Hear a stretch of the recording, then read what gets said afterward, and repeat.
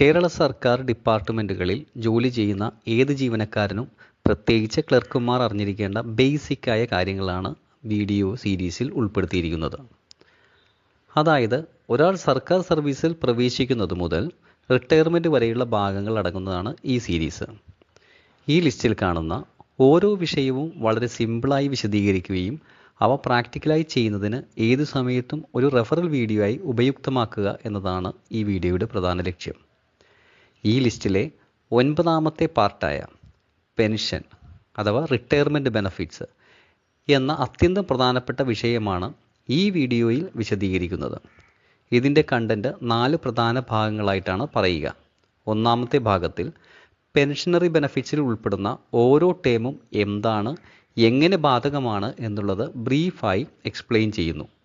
2ാമത്തെ ഭാഗത്തിൽ പെൻഷൻ ബെനഫിറ്റുകൾ എങ്ങനെ കാൽക്കുലേറ്റ് ചെയ്യാം എന്നുള്ളത് പ്രാക്ടിക്കലായി വിശദീകരിക്കുന്നു. 3ാമത്തെ ഭാഗം റിട്ടയർമെൻറ്റിന് മുൻപായി പെൻഷൻ സംബന്ധിച്ച ആപ്ലിക്കേഷൻ പ്രിസം സോഫ്റ്റ്വെയർ വഴി എങ്ങനെ സമർപ്പിക്കാം എന്നുള്ളതും 4ാമത്തെ ഭാഗത്തിൽ സബ്മിറ്റ് ചെയ്ത പെൻഷൻ ഫയലുകൾ DDO എങ്ങനെ വെരിഫൈ ചെയ്ത് അക്കൗണ്ടൻറ്റ് ജനറലിന് അയക്കാം എന്നിവയെക്കുറിച്ചാണ് വിശദമായി പറയുന്നത്. Explanation of terms. സൂപ്പർആനുവേഷൻ കഴിഞ്ഞ് സർവീസിൽ നിന്ന് വിരമിക്കുന്ന ഒരു ജീവനക്കാരന് ലഭിക്കാനുള്ള നിയമപരമായ അവകാശമാണ് പെൻഷൻ. 1966 നവംബർ 14-ാം തീയതിയാണ് പെൻഷൻ എന്ന സംവിധാനം നിലവിൽ വന്നത്. ഇന്ത്യൻ ഭരണഘടനയുടെ ആർട്ടിക്കിൾ 19 1F-ലും ഇത് പ്രതിപാദിക്കുന്നുണ്ട്. കേരള സർക്കാർ ജീവനക്കാരുടെ പെൻഷൻ ആനുകൂല്യങ്ങളെക്കുറിച്ച് KSR പാർട്ട് 3-ൽ 151 റൂളുകളിലായി വിശദമായി പ്രതിപാദിക്കുന്നു. ഒരു ജീവനക്കാരന് പെൻഷൻ ആനുകൂല്യങ്ങൾ ലഭ്യമാക്കുന്നതിനായി റിട്ടയർമെൻറ്റിന് 1 വർഷം മുൻപേ തന്നെ അപേക്ഷ സമർപ്പിക്കാം. നിലവിൽ പെൻഷൻ അപേക്ഷ പ്രിസം എന്ന പോർട്ടൽ വഴിയാണ് സമർപ്പിക്കേണ്ടത്. സർവീസിൽ നിന്നും പെൻഷനാകുന്ന ഒരു ജീവനക്കാരന് പ്രധാനമായും 4 തരത്തിലുള്ള ആനുകൂല്യങ്ങളാണ് ലഭിക്കുക. Superannuation pension or gratuity or ex gratia pension. 2ാമത്തേത് ഡെത്ത് കം റിട്ടയർമെൻറ്റ് ഗ്രാറ്റുവിറ്റി അതായത് DCRG. 3ാമത്തേത് ഫാമിലി പെൻഷൻ. 4ാമത്തേത് കമ്മ്യൂട്ടേഷൻ ഓഫ് പെൻഷൻ. ഇതിൽ പെൻഷൻ എന്ന് പറയുന്നത് ഒരു ജീവനക്കാരൻ സർക്കാർ സേവനത്തിൽ പ്രവേശിച്ച് കണ്ടിന്യൂസ് സർവീസ് ആരംഭിക്കുന്ന നാൾ മുതൽ റിട്ടയർ ചെയ്യുന്ന ദിവസം വരെ ലഭിക്കുന്ന മൊത്തം ക്വാളിഫയിങ് സർവീസ് കണക്കിലെടുത്താണ് പെൻഷൻ നിശ്ചയിക്കുന്നത്. ഏറ്റവും കുറഞ്ഞത് 10 വർഷവും പരമാവധി 30 വർഷവും ക്വാളിഫയിങ് സർവീസുള്ള ജീവനക്കാർക്ക് റിട്ടയർമെൻറ്റിന് ശേഷം സർക്കാർ മാസാമാസം നൽകുന്ന പ്രധാന ആനുകൂല്യമാണ് പെൻഷൻ. 9 വർഷവും 1 ദിവസവും സേവന കാലഘട്ടത്തെ 10 വർഷ സർവീസായി കണക്കാക്കുന്നു. അതുപോലെ തന്നെ 29 വർഷവും 1 ദിവസവും സേവന കാലഘട്ടത്തെ 30 വർഷവുമായി പെൻഷൻ കാൽക്കുലേഷനിൽ കണക്കാക്കുന്നുണ്ട്. ഏറ്റവും കുറഞ്ഞ പെൻഷൻ 11,500 രൂപയും ഏറ്റവും കൂടിയ പെൻഷൻ മാക്സിമം പേയുടെ 50% നൽകപ്പെടുന്നത്. ഇനി നമ്മൾ ഗ്രാറ്റുവിറ്റി എന്ന ആനുകൂല്യം എന്താണെന്ന് നോക്കാം. ഇതുവരെ നമ്മൾ പറഞ്ഞതുപോലെ ഒരു ജീവനക്കാരന് പെൻഷൻ ലഭിക്കാൻ കുറഞ്ഞത് 10 വർഷം മിനിമം ക്വാളിഫയിങ് സർവീസ് നിർബന്ധമാണ്. പക്ഷേ ചില സാഹചര്യങ്ങളിൽ ജീവനക്കാരൻ സേവനത്തിൽ നിന്ന് വിരമിക്കുമ്പോൾ 10 വർഷം സർവീസ് പൂർത്തിയാക്കിയിട്ടില്ല എന്നുണ്ടാകാം. അതായത് 9 വർഷവും 1 ദിവസവും ഉണ്ടെങ്കിൽ 10 വർഷമായി കണക്കാക്കാം. എന്നാൽ 9 വർഷവും 1 ദിവസവും പോലും സർവീസ് ഇല്ലാത്ത ജീവനക്കാർക്ക് പെൻഷൻ ലഭിക്കില്ല. അങ്ങനെയുള്ളവർക്ക് പെൻഷന് പകരം ഒരു ലംസം എമൗണ്ട് അഥവാ മൊത്തത്തുക ഒറ്റത്തവണയായി നൽകുന്ന ആനുകൂല്യമാണ് ഗ്രാറ്റുവിറ്റി. അതായത് മാസാമാസം ലഭിക്കുന്ന പെൻഷനല്ല, പകരം ലംസം എമൗണ്ടായി ഒരിക്കൽ മാത്രം ലഭിക്കുന്ന റിട്ടയർമെൻറ്റ് ആനുകൂല്യമാണ് ഗ്രാറ്റുവിറ്റി. ഇനി എക്സ്ഗ്രേഷ്യ പെൻഷൻ എന്താണെന്ന് നോക്കാം. ഒരു സർക്കാർ ജീവനക്കാരന് പെൻഷന് ലഭിക്കണമെങ്കിൽ കുറഞ്ഞത് 10 വർഷത്തെ യോഗ്യതാ സർവീസ് വേണമെന്ന് പറഞ്ഞു. 10 വർഷത്തിൽ താഴെ സർവീസുള്ളവർക്ക് പെൻഷന് പകരം ഗ്രാറ്റുവിറ്റി മാത്രമാണ് അനുവദിക്കുക എന്നും സൂചിപ്പിച്ചു. ഗ്രാറ്റുവിറ്റി എന്നത് ഒറ്റത്തവണ ലംസമായി നൽകുന്നതിനാൽ ഗ്രാറ്റുവിറ്റി വേണ്ട എന്ന് വയ്ക്കുന്ന പക്ഷം ഈ ഗ്രാറ്റുവിറ്റി തുക മാസാമാസം ലഭിക്കുന്ന വ്യവസ്ഥയിൽ നൽകുന്ന സംവിധാനമാണ് എക്സ് ഗ്രേഷ്യ പെൻഷൻ. പ്രധാനപ്പെട്ട ഒരു കാര്യം, എക്സ് ഗ്രേഷ്യ പെൻഷൻ സ്വീകരിക്കണമെങ്കിൽ ജീവനക്കാരൻ തന്റെ ഗ്രാറ്റുവിറ്റി സറണ്ടർ ചെയ്യേണ്ടതാണ്. മാത്രമല്ല, ജീവനക്കാരൻ ലീവ് വിത്തൌട്ട് അലവൻസ്, അതായത് LWA എടുക്കാതെ സർവീസ് പൂർണ്ണമായി പൂർത്തിയാക്കിയിരിക്കണം. അല്ലാതെ LWA എടുത്തതിന്റെ പേരിൽ 10 വർഷത്തിൽ താഴെ സർവീസ് വരുന്നവർക്ക് എക്സ് ഗ്രേഷ്യ പെൻഷന് അർഹതയില്ല. ഇത്തരം ജീവനക്കാർക്ക് ഗ്രാറ്റുവിറ്റി മാത്രമാണ് അനുവദിക്കുക. ചുരുക്കത്തിൽ, ഗ്രാറ്റുവിറ്റിയെ മാസപ്പെൻഷനാക്കി മാറ്റുന്ന പ്രത്യേകമായ ഒരു ആനുകൂല്യമാണ് എക്സ് ഗ്രേഷ്യ പെൻഷൻ. ഇനി എന്താണ് ഡെത്ത് കം റിട്ടയർമെന്റ് ഗ്രാറ്റുവിറ്റി, അതായത് DCRG എന്നത് നോക്കാം. ഒരു ജീവനക്കാരൻ റിട്ടയർ ചെയ്താലും മരണപ്പെട്ടാലും ലഭിക്കുന്ന ലംസം തുകയാണ് DCRG എന്ന് പറയുന്നത്. ഇതിന് അർഹത നേടണമെങ്കിൽ മിനിമം 5 വർഷം സർവീസ് പൂർത്തിയാക്കിയിരിക്കണം. മാത്രമല്ല, മാക്സിമം സർവീസ് 33 വർഷം വരെയേ DCRG കണക്കാക്കുകയുള്ളൂ. ഒരാളുടെ സർവീസ് കാലയളവ് 5നും 24നും ഇടയിലാണെങ്കിൽ അവർക്ക് ഇമോളുമെൻസിൻ്റെ 12 ഇരട്ടി ലഭിക്കും. എന്നാൽ 24 മുതൽ 33 വരെ സർവീസ് ഉള്ളവർക്ക് ഇമോളുമെൻസിൻ്റെ പകുതിയെ സർവീസ് കാലയളവ് കൊണ്ട് ഗുണിക്കുന്ന സംഖ്യ ലഭിക്കും. എന്നാൽ ഒരു ജീവനക്കാരൻ 5 വർഷം പൂർത്തിയാക്കാതെ സർവീസിലിരിക്കെ മരണപ്പെട്ടാൽ അവർക്ക് കമ്പാഷനേറ്റ് ഗ്രൗണ്ടിൽ 6 മാസത്തെ ശമ്പളം നൽകും. 1 വർഷമാണ് പൂർത്തിയാക്കിയതെങ്കിൽ 2 മാസത്തെ ശമ്പളം നൽകും. പേ റിവിഷൻ 2019 പ്രകാരം മാക്സിമം DCRG 17 ലക്ഷമാണ്. ഇനി ഫാമിലി പെൻഷൻ എന്താണെന്ന് നോക്കാം. ഒരു സർക്കാർ ജീവനക്കാരൻ സർവീസിലിരിക്കെ മരണപ്പെട്ടാലും റിട്ടയർ ചെയ്ത് മരണപ്പെട്ടാലും ജീവിത പങ്കാളിക്ക് ലഭിക്കുന്ന തുകയുടെ പേരാണ് ഫാമിലി പെൻഷൻ എന്ന് പറയുന്നത്. ഫാമിലി പെൻഷൻ ആ കക്ഷി, അതായത് ബെനഫിഷ്യറിയുടെ ജീവിതകാലം മുഴുവനും ലഭിച്ചിരിക്കും. അല്ലെങ്കിൽ ആ വ്യക്തി പുനർവിവാഹം കഴിക്കുന്നതുവരെ, ഏതാണോ നേരത്തെ വരുന്നത് അതുവരെ ഫാമിലി പെൻഷൻ ലഭിച്ചിരിക്കും. നാലാമത്തേത് കമ്മ്യൂട്ടേഷൻ ഓഫ് പെൻഷൻ, അതായത് പരിവർത്തിത പെൻഷനാണ്. ഒരു ജീവനക്കാരൻ സർവീസിൽ നിന്നും വിരമിക്കുന്ന കാലയളവിൽ ലഭിക്കുന്ന പെൻഷൻ, അത് 12 വർഷത്തേക്കുള്ള പെൻഷൻ തുകയുടെ 40% മുൻകൂറായി പിൻവലിക്കാം. ഇത് കാൽക്കുലേറ്റ് ചെയ്യുന്നത് കേരള സർവീസ് റൂളിന്റെ അപ്പൻഡിക്സ് 10 കമ്മ്യൂട്ടേഷൻ ഫാക്ടർ ഉപയോഗിച്ചാണ്. അടുത്തത് പെൻഷൻ ക്ലാസിഫിക്കേഷൻ ആണ്. പെൻഷനെ 4ആയി തിരിച്ചിരിക്കുന്നു: superannuation pension, compensation pension, invalid pension, retiring pension. ഇതിൽ സൂപ്പർ ആനുവേഷൻ പെൻഷൻ ഇതിനകം വിശദീകരിച്ച പെൻഷനും മറ്റ് ആനുകൂല്യങ്ങളുമാണ്. ആയതിനാൽ അത് വീണ്ടും വിശദീകരിക്കുന്നില്ല.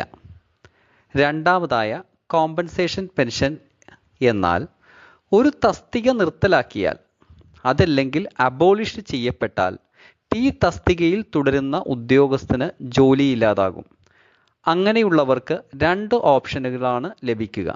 ഒന്നുകിൽ അതേ ഡിപ്പാർട്ട്മെൻറ്റിലെ മറ്റ് തസ്തികയിലേക്കോ മറ്റു ഡിപ്പാർട്ട്മെൻറ്റിലേക്കോ പ്രവേശിക്കാം, അല്ലെങ്കിൽ പെൻഷൻ പറ്റിപ്പിരിയാം. ഇങ്ങനെ നൽകുന്ന പെൻഷനാണ് കോമ്പൻസേഷൻ പെൻഷൻ. ഇതിന് ലഭിക്കുന്ന പെൻഷന്റെ മാനദണ്ഡവും മുൻപ് പറഞ്ഞ മിനിമം 10 വർഷ ക്വാളിഫയിങ് സർവീസ് തന്നെയാണ്. അടുത്തത് ഇൻവാലിഡ് പെൻഷനാണ്. ശാരീരികമായ അയോഗ്യതയോ മാനസികമായ പ്രശ്നങ്ങളോ അതല്ലെങ്കിൽ സാംക്രമിക രോഗങ്ങളോ ഉള്ള ഒരു സർക്കാർ ഉദ്യോഗസ്ഥൻ പബ്ലിക് കോണ്ടാക്റ്റിന് പറ്റാത്ത രീതിയിലാണ് എന്ന് ബോധ്യപ്പെടുന്ന സാഹചര്യം ഉണ്ടാകുമ്പോൾ പെൻഷൻ സാങ്ഷനിങ് അതോറിറ്റി ഒരു മെഡിക്കൽ ഒപ്പീനിയനു വേണ്ടി മെഡിക്കൽ ഓഫീസറുടെ മുന്നിലേക്ക് റെക്കമെൻഡ് ചെയ്യും. അങ്ങനെ മെഡിക്കൽ ബോർഡ് സ്ഥിരീകരിച്ചാൽ ആ വ്യക്തിക്ക് മെഡിക്കൽ സർട്ടിഫിക്കറ്റ് കിട്ടിയ തീയതി മുതൽക്ക് പെൻഷൻ കൊടുക്കും. ഇതാണ് ഇൻവാലിഡ് പെൻഷൻ. ഇങ്ങനെയുള്ളവർക്ക് ആക്ച്വൽ ക്വാളിഫയിങ് സർവീസിനോടുകൂടി 5 വർഷത്തെ സർവീസ് വെയിറ്റേജ് ലഭിക്കും. ഇതിന് അർഹത വരുന്നത് ഈ വ്യക്തിയുടെ ടോട്ടൽ ക്വാളിഫയിങ് സർവീസിൻ്റെ കൂടെ 5 വർഷ വെയിറ്റേജ് കൂടി കൂട്ടിയാൽ 30 വർഷത്തിൽ അധികരിക്കാൻ പാടില്ല. കൂടാതെ അയാൾക്ക് 56 വയസ്സ് പൂർത്തിയാകാൻ ബാക്കിയുള്ള കാലഘട്ടത്തിനോട് 5 വർഷം കൂടി കൂട്ടിയാൽ 30-ൽ അധികരിക്കരുത്. ഇങ്ങനെ 2 നിബന്ധനകളുടെയും ഉള്ളിലാണെങ്കിൽ മാത്രം 5 വർഷം വെയിറ്റേജ് സർവീസ് കൂടി കിട്ടും. മറ്റ് ആനുകൂല്യങ്ങൾ മുൻപ് വിവരിച്ച മാനദണ്ഡങ്ങൾക്ക് അനുസൃതമായും നൽകുന്നതാണ്. അടുത്തത് റിട്ടയറിംഗ് പെൻഷനാണ്. റിട്ടയറിംഗ് പെൻഷൻ എന്ന പേര് കേൾക്കുമ്പോൾ റിട്ടയർ ചെയ്താൽ കൊടുക്കുന്ന പെൻഷനാണ് എന്ന് തെറ്റിദ്ധരിക്കും. എന്നാലല്ല. 20 വർഷം പൂർത്തിയാക്കിയ ഒരു ഉദ്യോഗസ്ഥന് സ്വമേധയാ റിട്ടയർ ചെയ്തു പോകാം. അതിൻ്റെ പേരാണ് വോളണ്ടറി റിട്ടയർമെൻറ്റ്. ഇങ്ങനെ പിരിഞ്ഞു പോകുന്ന ഉദ്യോഗസ്ഥർക്ക് അനുവദിച്ചു കൊടുക്കുന്ന ആനുകൂല്യത്തിൻ്റെ പേരാണ് റിട്ടയറിംഗ് പെൻഷൻ എന്ന് പറയുന്നത്. ഇങ്ങനെയുള്ളവർക്കും ഇൻവാലിഡ് പെൻഷനിൽ പരാമർശിച്ച നിബന്ധനകൾ പ്രകാരം 5 വർഷം വെയിറ്റേജ് ലഭിക്കുന്നതാണ്. ഇവ കൂടാതെ 1-2 കാര്യങ്ങൾ കൂടി മനസ്സിലാക്കേണ്ടതുണ്ട്. അതിൽ ഒന്നാമത്തേത് കമ്പാഷനേറ്റ് അലവൻസ് ആണ്. അതായത് സർവീസിൽ നിന്ന് പിരിച്ചുവിട്ട ഒരു ജീവനക്കാരന് മുൻകാല സേവനം നഷ്ടപ്പെടും. മുൻകാല സേവനമില്ലാത്തതുകൊണ്ട് പെൻഷനോ ഗ്രാറ്റുവിറ്റിയോ ഉണ്ടാകില്ല. പക്ഷേ സർക്കാരിലേക്ക് ദയാഹർജി കൊടുത്തുകൊണ്ട് ആ ഉദ്യോഗസ്ഥന് എന്തെങ്കിലും പരിഗണനയ്ക്ക് അർഹതയുണ്ട് എന്നുണ്ടെങ്കിൽ അദ്ദേഹത്തിന് ഒരു പ്രതിമാസ അലവൻസ് അനുവദിച്ച് കൊടുക്കാൻ നിബന്ധനയുണ്ട്. ഈ അലവൻസിൻ്റെ പേരാണ് കമ്പാഷനേറ്റ് അലവൻസ്. അർഹമായിരിക്കുന്ന പെൻഷൻ്റെ 2/3 ഭാഗമാണ് കമ്പാഷനേറ്റ് അലവൻസായി നൽകുക.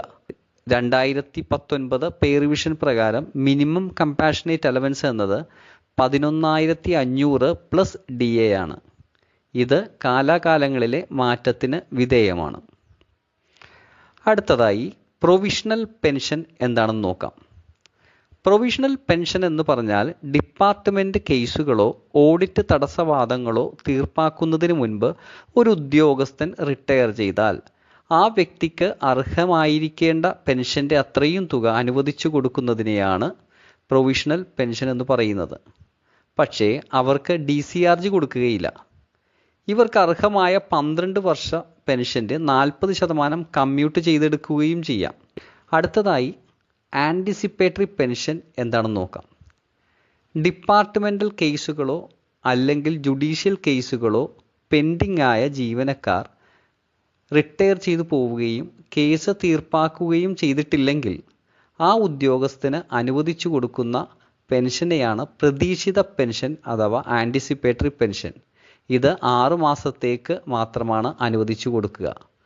പിന്നീട് എക്സ്റ്റെൻഡ് ചെയ്യണമെങ്കിൽ AGയുടെ റെഫറൻസും AGയുടെ വേരിഫിക്കേഷനും വീണ്ടും വേണം. അടുത്തതായി ഡിഫറൻഷ്യൽ ഗ്രാറ്റുവിറ്റി എന്താണ്? ക്ഷാമബത്ത അതായത് DAയിലുള്ള വർധനവ് DCRGയിലും വർധനവുണ്ടാവും. DA വർധനവിൻ്റെ ഉത്തരവ് അനുവദിച്ചു വരുമ്പോൾ അരിയർ തുക നൽകുന്നതിനെയാണ് ഡിഫറൻഷ്യൽ ഗ്രാറ്റുവിറ്റി എന്ന് പറയുന്നത്. അവസാനമായി റെസിഡ്യൂവറി ഗ്രാറ്റുവിറ്റി എന്താണെന്ന് നോക്കാം. റിട്ടയർ ചെയ്ത ഉദ്യോഗസ്ഥന് ചെറിയ പെൻഷൻ ഉള്ളതിനാൽ കമ്മ്യൂട്ട് ചെയ്തില്ല. പക്ഷേ കുറച്ച് ദിവസം കഴിഞ്ഞപ്പോൾ അദ്ദേഹം മരണപ്പെട്ടു. അങ്ങനെയുള്ള സാഹചര്യത്തിൽ അദ്ദേഹം വാങ്ങിയ DCRGയും കൈപ്പറ്റിയ പെൻഷനും കൂട്ടിക്കിട്ടിയ തുക DCRGക്ക് കണക്കാക്കിയ എമോളുമെൻസിൻ്റെ 12 ഇരട്ടിയുടെ തുകയേക്കാൾ കുറവാണെങ്കിൽ എത്രയാണോ കുറവ് അത് ആ വ്യക്തിയുടെ ഫാമിലിയിലേക്ക് നൽകുന്നതാണ് റെസിഡ്യൂവറി ഗ്രാറ്റുവിറ്റി എന്ന് പറയുന്നത്. അടുത്തതായി പെൻഷൻ എങ്ങനെ കാൽക്കുലേറ്റ് ചെയ്യാം എന്ന് മനസ്സിലാക്കാം. പെൻഷൻ കാൽക്കുലേഷൻ 3 ഘട്ടങ്ങളായിട്ടാണ് ചെയ്യേണ്ടത്. ഒന്നാമത്തെ ഘട്ടം ക്വാളിഫയിങ് സർവീസ് കണ്ടെത്തുക. രണ്ടാമത്തെ ഘട്ടം ആവറേജ് ഇമോളുമെൻസ് കണ്ടെത്തുക. മൂന്നാമത്തെ ഘട്ടം ഇവ രണ്ടും കണക്കാക്കിയതിനു ശേഷം മാത്രം പെൻഷൻ കാൽക്കുലേറ്റ് ചെയ്യുക. ഇപ്പോൾ ആദ്യം ക്വാളിഫയിങ് സർവീസ് എങ്ങനെ കണ്ടെത്താം എന്ന് നോക്കാം. ക്വാളിഫയിങ് സർവീസ് കണ്ടെത്തുന്നതിനായി 4 ഘട്ടങ്ങളുണ്ട്. ഒരു ജീവനക്കാരൻ്റെ ടോട്ടൽ സർവീസ് കണ്ടെത്തണം. ടോട്ടൽ സർവീസ് എന്നത് ഒരു ഉദ്യോഗസ്ഥൻ തൻ്റെ തുടർച്ചയായ സേവനം ആരംഭിച്ച ദിവസത്തിൽ നിന്ന് റിട്ടയർ ചെയ്യുന്ന ദിവസം വരെയുള്ള മൊത്തം സേവന കാലയളവാണ്. അതോടൊപ്പം KSR റൂൾ പ്രകാരം അനുവദിച്ചിരിക്കുന്ന അഡീഷണൽ ക്വാളിഫയിങ് സർവീസ് ഉണ്ടെങ്കിൽ അത് ചേർക്കണം. അതിനുശേഷം നോൺ ക്വാളിഫയിങ് സർവീസ് കുറവ് ചെയ്യണം. ഇങ്ങനെ കണക്കാക്കുമ്പോൾ ലഭിക്കുന്നത് തന്നെയാണ് actual qualifying service. Additional qualifying service ഏതൊക്കെയാണെന്ന് KSR റൂൾ 14 മുതൽ 57 വരെ വ്യക്തമാക്കുന്നുണ്ട്. അതിനാൽ ആ റൂളുകൾ നിർബന്ധമായും റെഫർ ചെയ്യുക. ഇങ്ങനെ കണക്കാക്കി കിട്ടുന്ന ആക്ച്വൽ ക്വാളിഫയിങ് സർവീസ് റൗണ്ട് ചെയ്യേണ്ടതുണ്ട്. റൗണ്ടിങ് എങ്ങനെ ചെയ്യാമെന്ന് നോക്കാം. സാധാരണയായി ആക്ച്വൽ സർവീസിൻ്റെ ഫ്രാക്ഷൻ 6 മാസം അല്ലെങ്കിൽ അതിൽ കൂടുതലാണെങ്കിൽ അത് 1 വർഷമായി റൗണ്ട് ചെയ്യാം. എന്നാൽ ഫ്രാക്ഷൻ 6 മാസത്തിൽ താഴെയാണെങ്കിൽ ആ ഫ്രാക്ഷൻ ഭാഗം ഒഴിവാക്കണം. എന്നാൽ ഇവിടെ ഒരു പ്രധാനപ്പെട്ട കാര്യം ശ്രദ്ധിക്കണം. ചില പ്രത്യേക സാഹചര്യങ്ങളിൽ, അതായത് 9 വർഷവും 1 ദിവസവും സർവീസ് ഉണ്ടെങ്കിൽ അത് 10 വർഷമായി കണക്കാക്കണം. 29 വർഷം 1 ദിവസവും ഉണ്ടെങ്കിൽ അത് 30 വർഷമായും 32 വർഷവും 1 ദിവസവും ഉണ്ടെങ്കിൽ അത് 33 വർഷവുമായും കണക്കാക്കണം.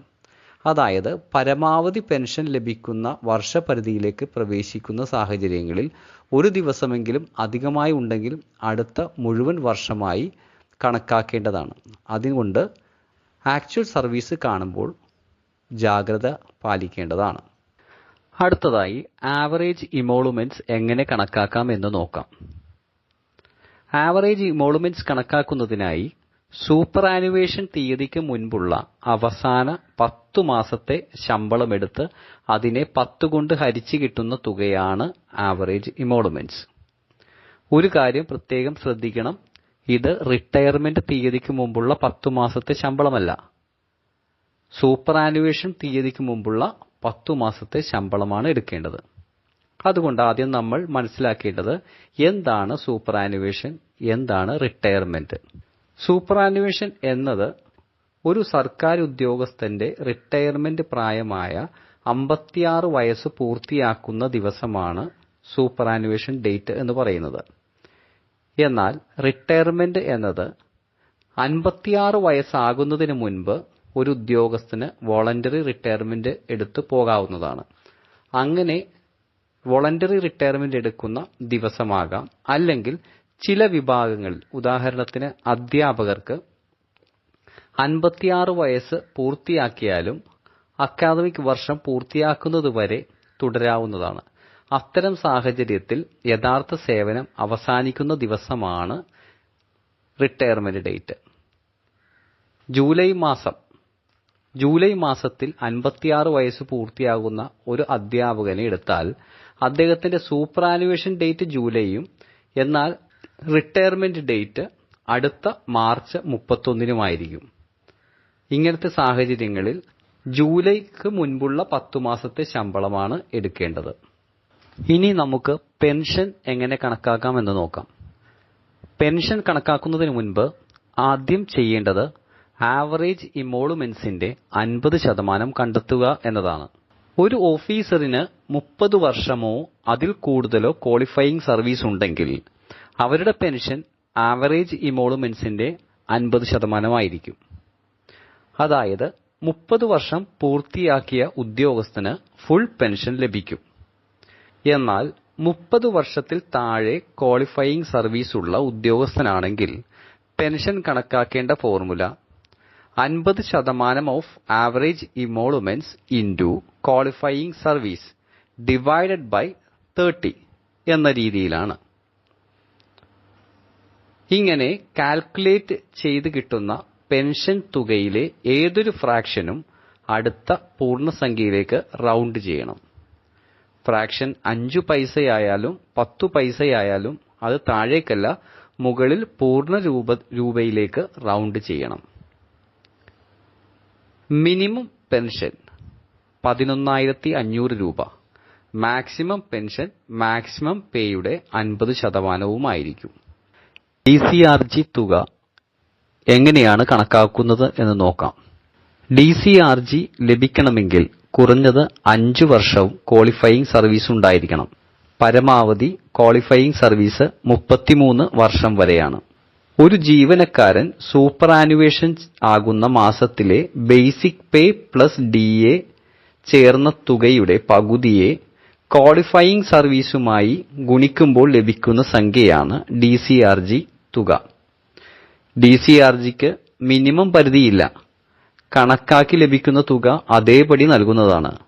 എന്നാൽ 2021 ഏപ്രിൽ മാസത്തെ സർക്കാർ ഉത്തരവ് പ്രകാരം പരമാവധി DCRG തുക 17 ലക്ഷമായി നിശ്ചയിച്ചിരിക്കുന്നു. അതായത് കണക്ക് പ്രകാരം 17 ലക്ഷത്തിൽ കൂടുതലായാലും നൽകുക 17 ലക്ഷം വരെ മാത്രമാണ്. എന്താണ് family pension? 1964 April 1 family pension നിലവിൽ വരുന്നത്. ഒരു സർക്കാർ ജീവനക്കാരൻ സർവീസിലിരിക്കെ മരിച്ചാലോ റിട്ടയർമെന്റിന് ശേഷം മരിച്ചാലോ അവരുടെ ജീവിത പങ്കാളിക്കോ കുടുംബാംഗങ്ങൾക്കോ നൽകുന്ന മാസവേതനമാണ് ഫാമിലി പെൻഷൻ. ബെനഫിഷ്യറിയെക്കുറിച്ച് KSR പാർട്ട് 3 റൂൾ 90 പ്രകാരം പറയുന്നുണ്ട്. ഫാമിലി പെൻഷൻ ആദ്യം ലഭിക്കുന്നത് ഫസ്റ്റ് ബെനഫിഷ്യറിയായ ലൈഫ് പാർട്ട്ണർക്കാണ്. അതായത് ഭാര്യ അല്ലെങ്കിൽ ഭർത്താവ്. ഇവർക്ക് ജീവിതകാലം മുഴുവനോ അല്ലെങ്കിൽ ഇവർ പുനർവിവാഹം ചെയ്യുന്നത് വരെയോ ആണ് ലഭിക്കുക. ലൈഫ് പാർട്ട്ണർ ഇല്ലാത്ത സാഹചര്യത്തിൽ ആൺമകൻ ഉണ്ടെങ്കിൽ 25 വയസ്സ് പൂർത്തിയാകുന്നതുവരെയോ പെൺമകളാണ് ഉള്ളതെങ്കിൽ അവർ വിവാഹം ചെയ്യുന്നതുവരെയോ ഈ തുക ലഭിക്കുന്നതാണ്.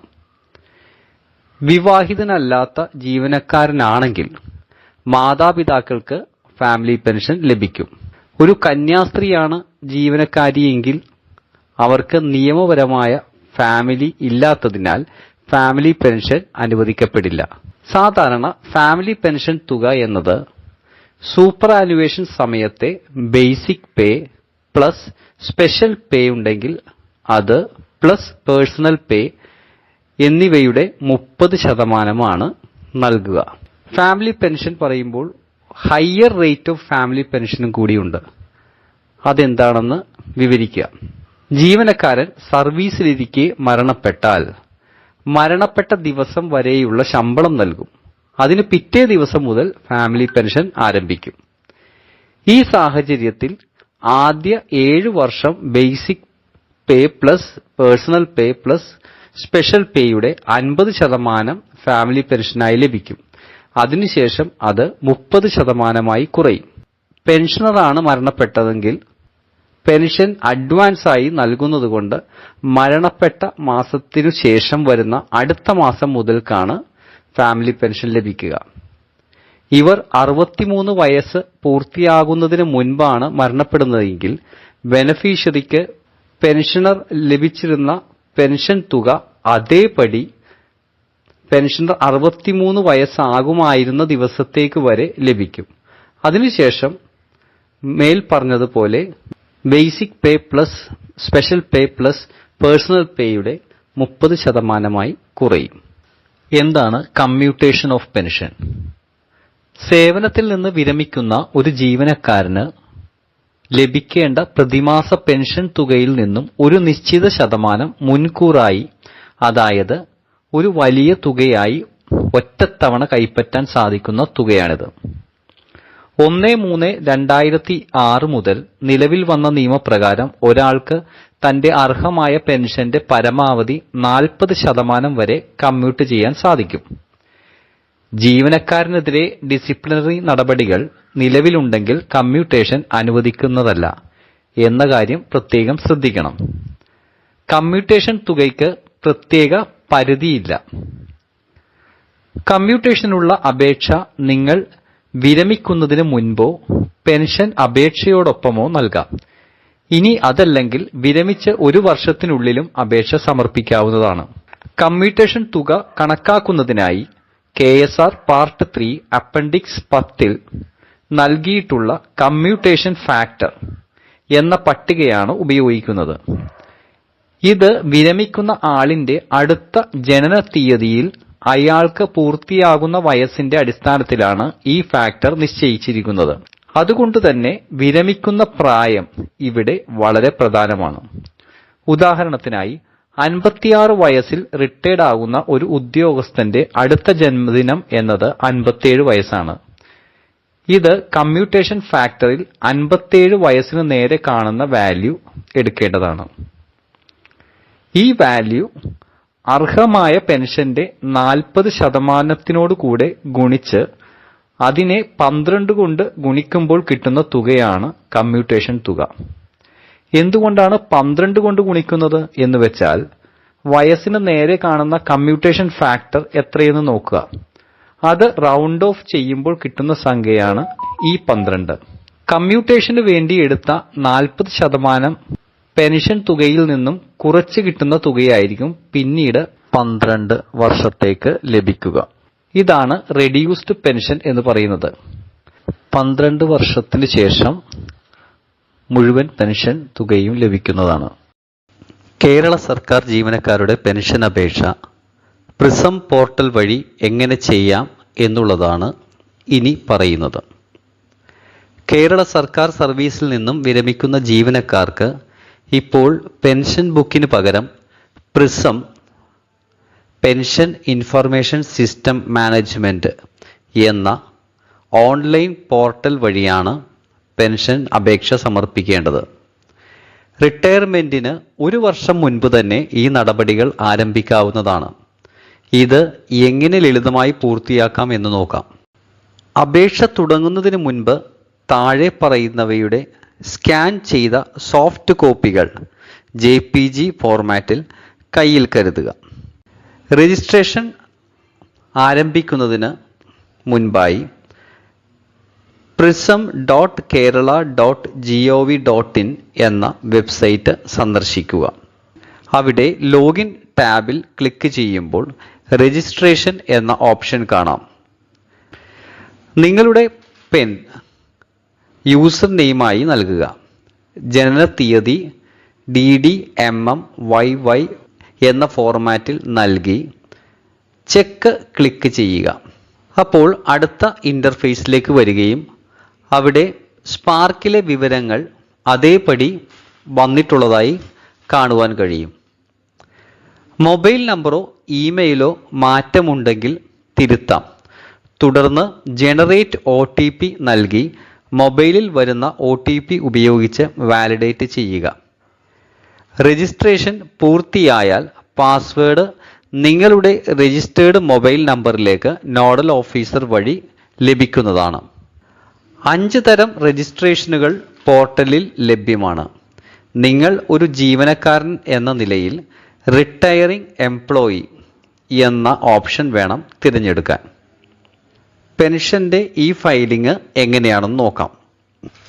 പാസ്വേഡ് ലഭ്യമായതിനു ശേഷം വീണ്ടും പ്രിസം പോർട്ടലിൽ ലോഗിൻ ബട്ടൺ ക്ലിക്ക് ചെയ്തുകൊണ്ട് ലോഗിൻ ചെയ്യാവുന്നതാണ്. ലോഗിൻ ചെയ്ത് കിട്ടുന്ന ഇന്റർഫേസിൽ ഡാഷ്ബോർഡിലെ ചുവന്ന നിറത്തിലുള്ള പെൻഷൻ ഇ ഫയലിംഗ് ടാബിൽ ക്ലിക്ക് ചെയ്യുക. ശ്രദ്ധിക്കുക, ഒരിക്കൽ ലോഗിൻ ചെയ്ത് പാതി വഴിയിൽ നിർത്തിയാൽ പിന്നീട് പെൻഡിംഗ് പ്രോസസ് എന്ന ടാബിലൂടെ വേണം ബാക്കി പൂർത്തിയാക്കാൻ. പെൻഷൻ നടപടികൾ പ്രധാനമായും 10 ടാബുകളിലായി ക്രമീകരിച്ചിരിക്കുന്നു. ടാബ് 1 പേഴ്സണൽ ഇൻഫർമേഷൻ ആണ് നൽകേണ്ടത്. ഇവിടെ സ്പാർക്കിൽ നിന്നുള്ള നിങ്ങളുടെ വിവരങ്ങൾ കാണാം. റിട്ടയർമെന്റ് തീയതി, നിലവിലെ വിലാസം, സ്ഥിരമായ വിലാസം എന്നിവ പരിശോധിക്കുക. പാരന്റ് ഡിപ്പാർട്ട്മെന്റ് ഓഫീസ് വിവരങ്ങൾ, പാൻ കാർഡ്, ഫോൺ നമ്പർ എന്നിവ നൽകി പ്രൊസീഡ് ബട്ടൺ ക്ലിക്ക് ചെയ്യുക.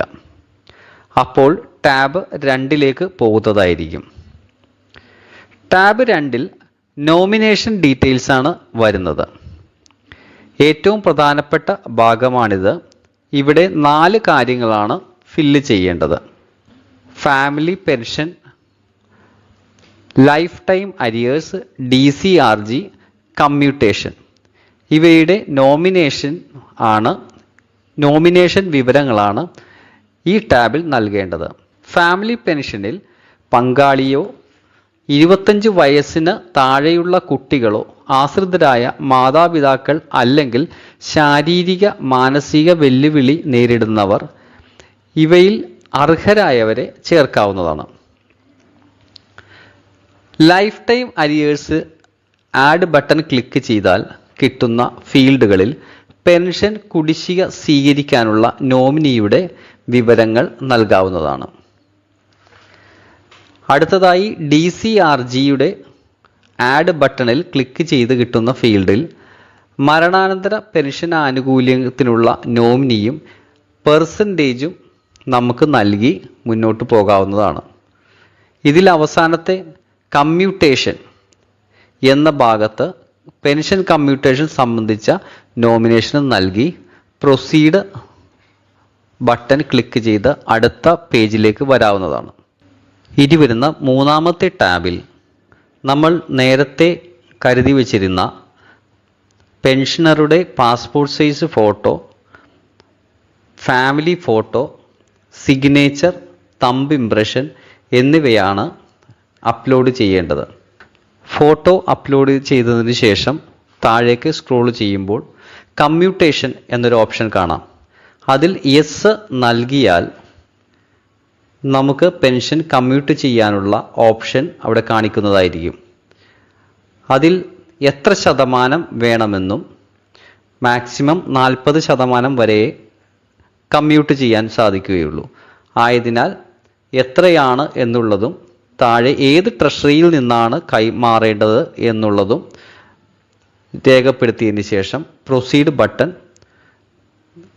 ക്ലിക്ക് ചെയ്ത് അടുത്ത ടാബിലേക്ക് പോകാവുന്നതാണ്. ഈ ടാബിൽ കുടുംബാംഗങ്ങളുടെ വിവരങ്ങളാണ് നൽകേണ്ടത്. കുടുംബാംഗങ്ങളെ ഓരോരുത്തരായി ആഡ് ബട്ടൺ വഴി ചേർത്ത് സേവ് ചെയ്യുക. സേവ് ചെയ്തതിന് ശേഷം അടുത്തത് പ്രൊസീഡ് എന്ന ബട്ടണിൽ ക്ലിക്ക് ചെയ്ത് അഞ്ചാമത്തെ ടാബിലേക്ക് പോകാവുന്നതാണ്. ഇതിൽ പെൻഷനർക്കുള്ള ബാധ്യതകളുടെ വിവരങ്ങൾ നൽകേണ്ട ഫീൽഡുകളാണ്. നിങ്ങൾക്ക് സർക്കാരിൽ നിന്നും എടുത്ത ലോണുകൾ HBA, MCA എന്നിവ തുടങ്ങിയവയുണ്ടെങ്കിൽ അതിൻ്റെ വിവരങ്ങൾ, എമൗണ്ട്, അക്കൗണ്ട് നമ്പർ, തീയതി എന്നിവ നൽകുക. ബാധ്യതകൾ ഒന്നുമില്ലെങ്കിൽ നോ എന്ന ചെക്ക് ബോക്സ് സെലക്ട് ചെയ്ത് പ്രൊസീഡ് ബട്ടണിൽ ക്ലിക്ക് ചെയ്ത് അടുത്ത പേജിലേക്ക് പോകാവുന്നതാണ്. ടാബ് 6ൽ സർവീസ് സംബന്ധമായ വിവരങ്ങളാണ് നൽകേണ്ടത്. അഡീഷണൽ സർവീസ് എന്തെങ്കിലും ക്വാളിഫയിങ് സർവീസായി കൂട്ടാനുണ്ടെങ്കിൽ ഇവിടെ ചേർക്കാവുന്നതാണ്. ഇതിൽ ഓരോ ഫീൽഡിലും പറഞ്ഞിരിക്കുന്ന പീരീഡ്, ഓർഡർ നമ്പർ എന്നിവ നൽകി സേവ് ചെയ്യുക. ഒന്നിൽ കൂടുതൽ ഉണ്ടെങ്കിൽ ആഡ് ബട്ടണിൽ ക്ലിക്ക് ചെയ്ത് ചേർക്കാവുന്നതാണ്. അതിനുശേഷം പ്രൊസീഡ് ബട്ടണിൽ ക്ലിക്ക് ചെയ്ത് ഏഴാമത്തെ പേജിലേക്ക് വന്നു കഴിയുമ്പോൾ ഇതിൽ പെൻഷൻ്റെ വിവരങ്ങൾ രേഖപ്പെടുത്താവുന്നതാണ്. ആദ്യമായി ഏഴാമത്തെ ടാബിൽ ഏത് തരത്തിലുള്ള പെൻഷനാണ് നിങ്ങൾ അപേക്ഷിക്കുന്നത് എന്ന് വ്യക്തമാക്കണം. നിങ്ങൾ KSR പ്രകാരം വിരമിക്കുന്ന ജീവനക്കാരനാണെങ്കിൽ KSR എന്ന് സെലക്ട് ചെയ്യുക. നേച്ചർ ഓഫ് പെൻഷൻ എന്നത് സൂപ്പർ ആനുവേഷൻ വഴി വിരമിക്കുന്നവർ സർവീസ് പെൻഷൻ എന്ന ഓപ്ഷൻ തിരഞ്ഞെടുക്കേണ്ടതാണ്. പ്രൊസീഡ് ബട്ടൺ ക്ലിക്ക് ചെയ്ത് അടുത്ത ഘട്ടത്തിലേക്ക് കടക്കാം. എട്ടാമത്തെ പേജിൽ വരുമ്പോൾ എട്ടാമത്തെ പേജിൽ എമോളുമെന്റ്സ് സംബന്ധിച്ച വിവരങ്ങളാണ് നൽകേണ്ടത്. പെൻഷൻ കണക്കാക്കുന്നതിനായി നിങ്ങളുടെ അവസാനത്തെ 10 മാസത്തെ ബേസിക് പേ ഇവിടെ രേഖപ്പെടുത്തണം.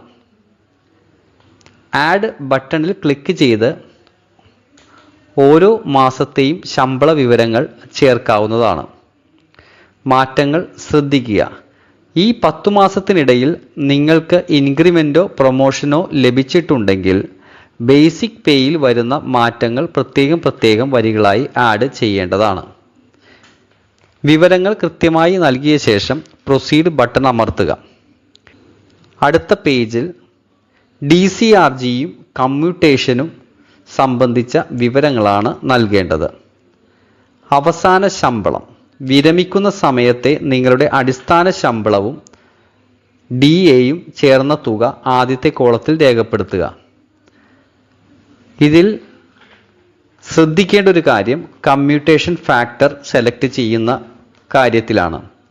കമ്മ്യൂട്ടേഷൻ ഫാക്ടർ സെലക്ട് ചെയ്യുമ്പോൾ വിരമിക്കുന്ന പ്രായത്തിന് തൊട്ടടുത്ത വയസ്സിലെ ഫാക്ടറാണ് കണക്കിലെടുക്കേണ്ടത്.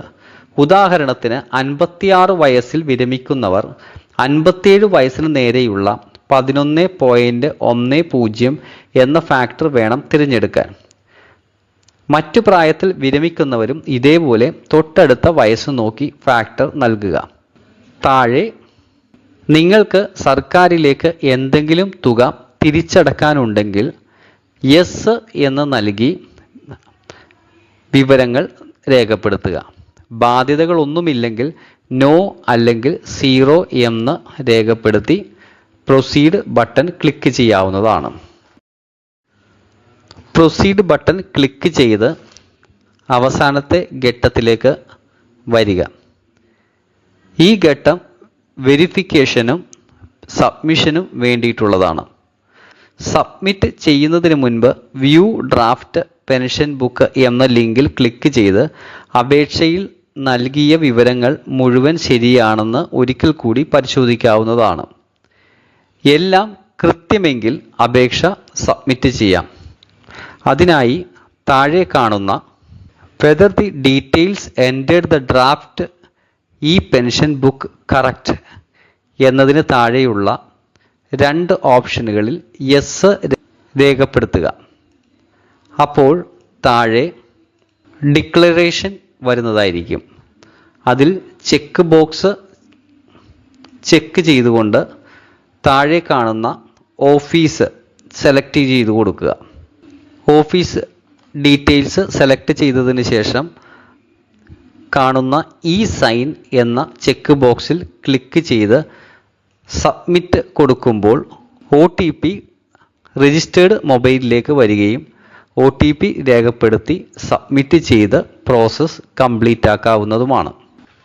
ഇനിയൊരു ഹെഡ് ഓഫ് ഓഫീസ് അല്ലെങ്കിൽ pension sanctioning authority pension application എങ്ങനെയാണ് പരിശോധിക്കുന്നതെന്ന് നോക്കാം.